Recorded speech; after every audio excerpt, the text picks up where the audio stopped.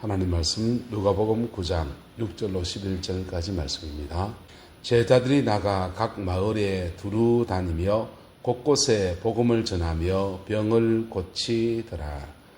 분봉왕 헤롯이 이 모든 일을 듣고 심히 당황하니 이는 어떤 사람은 요한이 죽은 자 가운데서 살아났다고도 하며 어떤 사람은 엘리야가 나타났다고도 하며 어떤 사람은 옛 선지자 중 한 사람이 다시 살아났다고도 함이라. 헤롯이 이르되 요한은 내가 목을 베었거늘 이제 이런 일이 들리니 이 사람이 누군가 하며 그를 보고자 하더라. 사도들이 들어와 자기들이 행한 모든 것을 예수께 여쭈니 데리시고 따로 벳세다라는 고을로 떠나가셨으나 무리가 알고 따라왔거늘 예수께서 그들을 영접하사 하나님 나라의 일을 이야기하시며 병 고칠 자들은 고치시더라. 아멘. 이 말씀의 축복과 은혜가 우리 교회 안에 저와 여러분의 가정 안에 삶의 자리 안에 충만하게 되기를 예수님의 이름으로 축복합니다. 신앙생활은 교회에 와서 주님 안에 머무는 것을 배우는 것이 신앙의 첫 번째입니다. 할렐루야. 신앙의 첫 번째예요. 주님 안에 머물다 보면 주님의 인격도 우리에 입혀지고요. 주님의 그 마음도 우리에 입혀지고 주님의 능력도 우리에 입혀지고요. 주님이 준 진리의 말씀도 우리에 입혀지는 시간이 주어져요. 이게 회복의 시간입니다. 그게 되어지면 그 다음부터는 나가라는 겁니다. 주님 안으로 왔다가 주님과 함께 세상으로 나가는 믿음의 여정들이 이루어지게 됩니다. 제자들의 경우에는 이게 3년 공성의 훈련 동안에 한 번 파송을 받고 그 다음 주님이 성천하시고 난 뒤에 성령이 오셔서 본격적인 파송의 역사가 일어나게 되었어요. 교회는 이렇게 그리스도 안에 거듭나서 모여드는 신앙의 여정을 잘 가져야 돼요. 그리고 그 여정 안에서 잘 해야 될 게 있습니다. 반드시 해야 될 게 말씀을 배워야 됩니다. 그리고 삶의 훈련들을 받아야 돼요. 삶의 훈련이라는 것이 이것저것 훈련도 있지만은 그 결국은 그 끝은 뭐냐 하면 성령의 인도함을 따라가는 삶에 대한 훈련들이에요. 그럴 때 주님 안에 머무를 때 우리의 모든 인생의 상처들, 아픔들, 눈물들이 다 씻겨 나갑니다. 회복의 역사가 일어납니다. 이스라엘 백성은 애굽에서 나와서 구원받고 난 뒤에 이 주님 안에 머무는 삶의 훈련들을 40년을 받았습니다. 40년을 받고 그리고는 파송, 예루살렘 여리고부터 시작해서 가나안 땅에 31개의 성을 정복해 나가는 파송의 삶을 여호수아와 함께 가질 때 그들은 제대로 준비되어졌기 때문에 제대로 사역할 수 있는 은혜도 그렇게 주어졌던 거예요. 자, 주님은 오늘 제자들을 보내셨습니다. 보내셔서 병을 고치는 능력도 주시고 주님과 함께 교제하고 또 사귀고 말씀을 들으면서 이 말씀이 그렇구나, 이 말씀이 이런 뜻이구나 하면서 말씀에 대한 이해도 생겨나고 그래서 나가서 제자들이 복음을 전했습니다. 나가서 각 마을에 두루 다니며 곳곳에 복음을 전하며 병을 고치더라 그랬어요.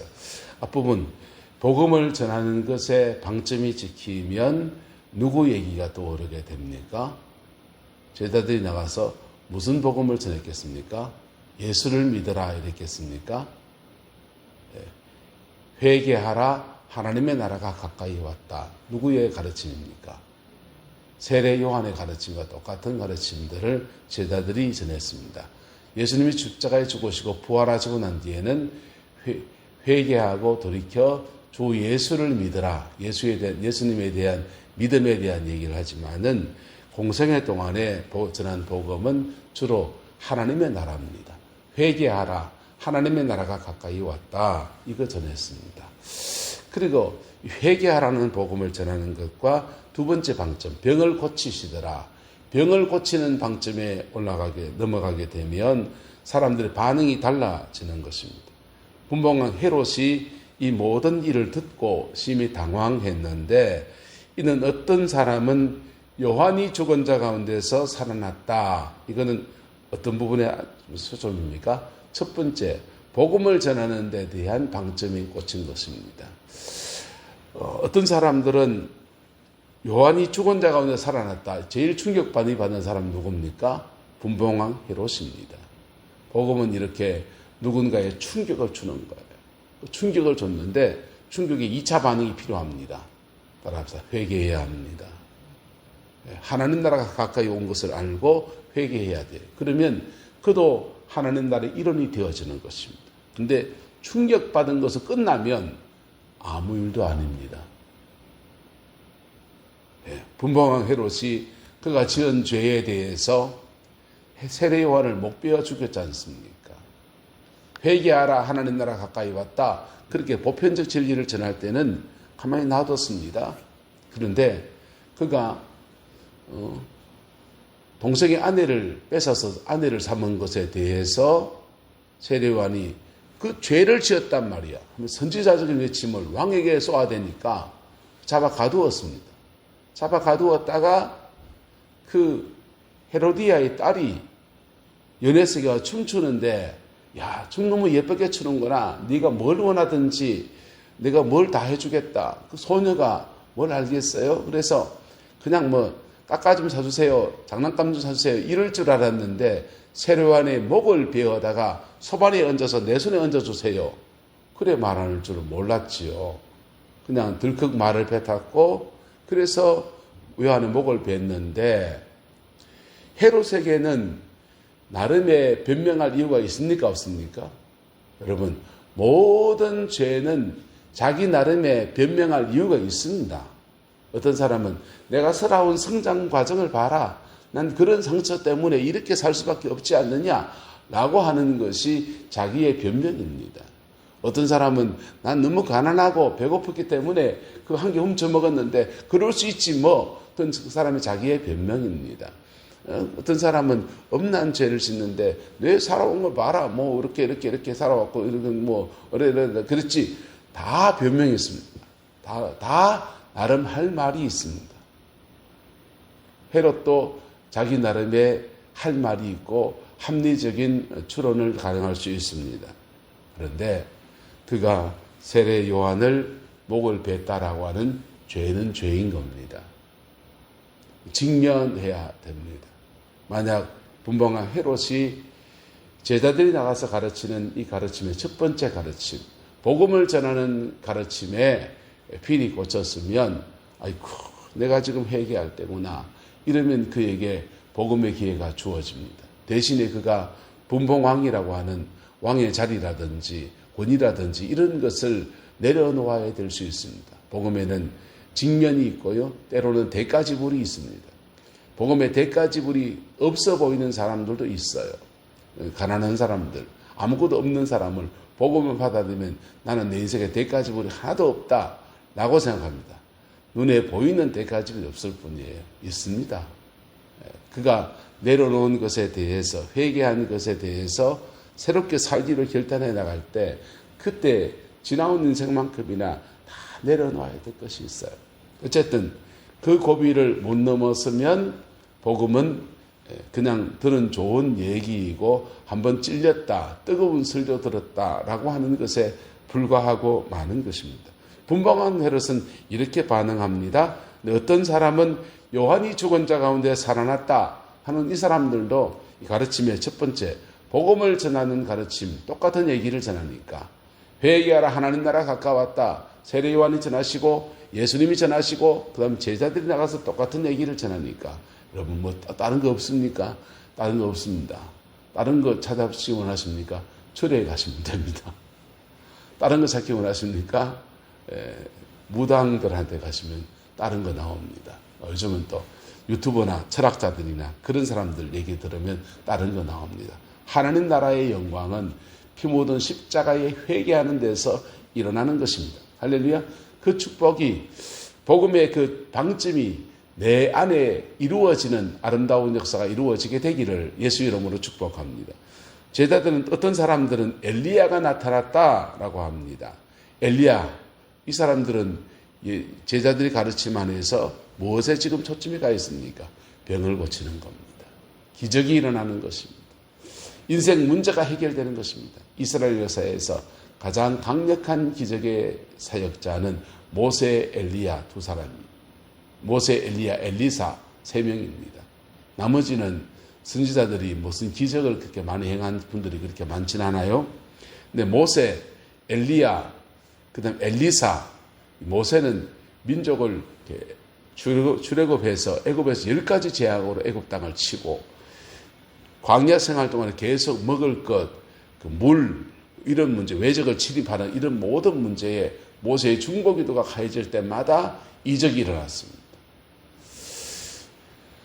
그리고 엘리야는 이 바알의 신앙이 이스라엘에 침입해 들어오는 것을 막아내는 천병 역할을 하면서 바알 선지자 아세라 선지자 850명과 850대 1로 승리하는 놀라운 하늘의 불이 떨어지는 이적을 일으켰어요. 그래서 영적인 아주 강한 어둠의 공격을 막아내는 사람이 엘리야였습니다. 엘리사의 이적은 여리고의 물건을 고친다든지 이렇게 그 과부의 아들을 살린다든지 생활 밀착적 이적이 일어났습니다. 그런 것으로 사람들의 마음을 만지고 삶을 만져주는 이적의 사역들이 일어났는데 세례 그 제자들의 사역들을 보면서 사람들이 엘리야가 나타났다라고 지금 외치고 있는 겁니다. 이 사람들은 제자들의 두 번째 사역, 병을 고치는 사역, 이적 사역에 필히 꽂힌 사람들이에요. 어떤 사람은 옛 선지자 중 한 사람이 다시 살아났다 한 이 옛 선지자가 누구였어요? 아마 모세일 겁니다. 모세 또는 엘리사 이렇게 해서 제자들이 나가서 병을 고치는 사역들은 사실은 엘리사의 사역과 굉장히 가까워요. 엘리사는 이적을 행하는데 민족적인 이적이 아니고 생활 밀착적 이적이에요. 그래서 아픈 사람을 고쳐주고 병든 사람을 싸매주고 하는 그런 아주 한 명 한 명 개개인의 힐링 사역을 한 것들이 엘리사의 사역입니다. 근데 그런 사역들이 제자들을 통해서 일어났습니다. 이적을 보고 놀라는 것도 너무나 감사한 일이지요. 하지만 그런 이적을 통해서도 결국은 뭡니까? 결론은 버킹엄이라 하듯이 돌고 돌아 돈이라 하듯이 여러분 모든 제자들의 사역의 초점의 중심의 끝은 뭡니까? 회개하고 복음을 믿으라 라고 하는 말씀인 것입니다. 할렐루야. 말씀을 믿게 하려고 일어나고 어떤 이적들은 말씀을 믿는 자에게 선물처럼 주어집니다. 그래서 어쨌든 이 모든 일을 감당해 나갈 때 하나님의 놀라운 역사들이 함께 했습니다.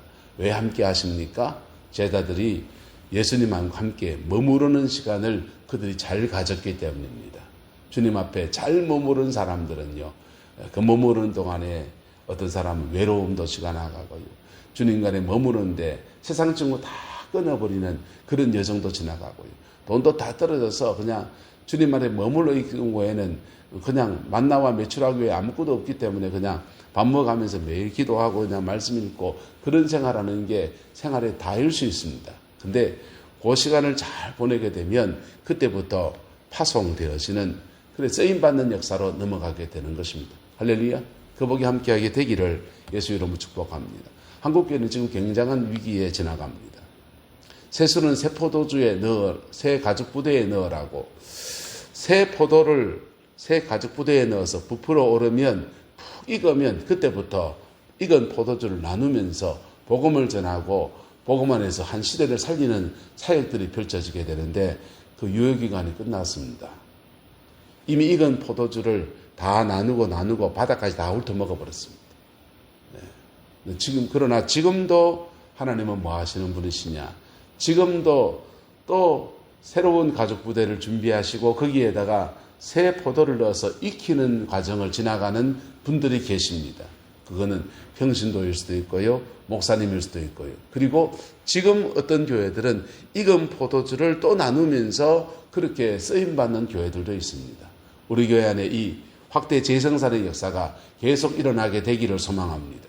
그리고 주님의 때에 주님이 준 영혼들 속에 복음을 전하고 병자를 치유하고 하나님의 이적의 역사를 함께 일으켜 나가는 아름다운 은혜의 역사가 함께하게 되기를 소망합니다. 문종경 전사님이 전라도 정도에서 정도의 모든 섬 주민들을 거의 100% 복음화시켰습니다. 거기에 그가 이성목 목사님으로부터 많은 힐링을 받고 자살하려 하던 사람이 회복되어서 하나님의 은혜 아래 머무르는 시간들을 많이 가졌어요. 그리고는 고향 땅에 들어와서 파송의 사역을 해나갈 때 전하는 메시지, 회개하라, 복음을 믿어라, 이거 하고 예수님 믿으세요. 예수님을 자라가는 것에 대한 쭉 여정들. 그리고 또 하나는 이적이었습니다. 신유의 은사가 굉장히 강했어요. 이적이 함께하면서 주의 역사가 함께 나타난 겁니다. 경상도에, 울릉도에 큰 부흥이 일어나서 울릉도의 섬 주민의 거의 70%, 80%가 예수 믿었습니다. 지금은 좀 많이 떨어졌습니다. 그런데 거기에 하나님의 은혜가 무엇입니까? 외정치하에 신사참배에 반대하는 목사들을 감옥에 가두다가 석방되면 울릉도로 유배를 보냈어요. 그분들이 섬에 갇혀서 명이나물 뜯어먹으면서 그냥 섬 주민의 몇 명에게 복음을 전하고 그렇게 생존을 위해 투쟁을 해나갑니다. 그리고 외정이 끝나고 6.25가 끝나고 난 뒤에 그분들이 세우는 교회라고는 터전대 조그맣게 만들어질 때 용문산에서 신유의 은사를 받은 한 종이 거기 가서 기도원을 개척합니다. 울릉도 기도원이에요. 울릉도 기도원 수사, 용문산 수사가 내려가서 기도원을 열었는데 그 수사가 섬 마을 곳곳을 다니며 복음을 전하는데 무당들이 많은 겁니다. 바닷가는 무당이 많습니다. 무속인들이 많은데 그들과 누가 참신이냐 대결을 펼칩니다. 무당들이 나가 떨어지는 거예요. 누가 센 신인지, 예수가 센 신인지, 누가 센 신인지, 용왕이 센 신인지 영적 대결하는데 섬이 갇힌 동네니까 소문이 그냥 사돈의 팔전을 쭉쭉쭉쭉쭉 퍼져나갑니다. 야, 그 무당 깨졌다더라. 야. 예수가 더 세다 하더라. 야. 그래서 그렇게 예수 신이 참신이라고 믿고 고백하는 사람이 우르르 몰려서 그냥 막 한 마을이 그냥 통째로 죽게 돌아오면서 울릉도 곳곳에 교회들이 부흥의 역사가 일어나는 것입니다.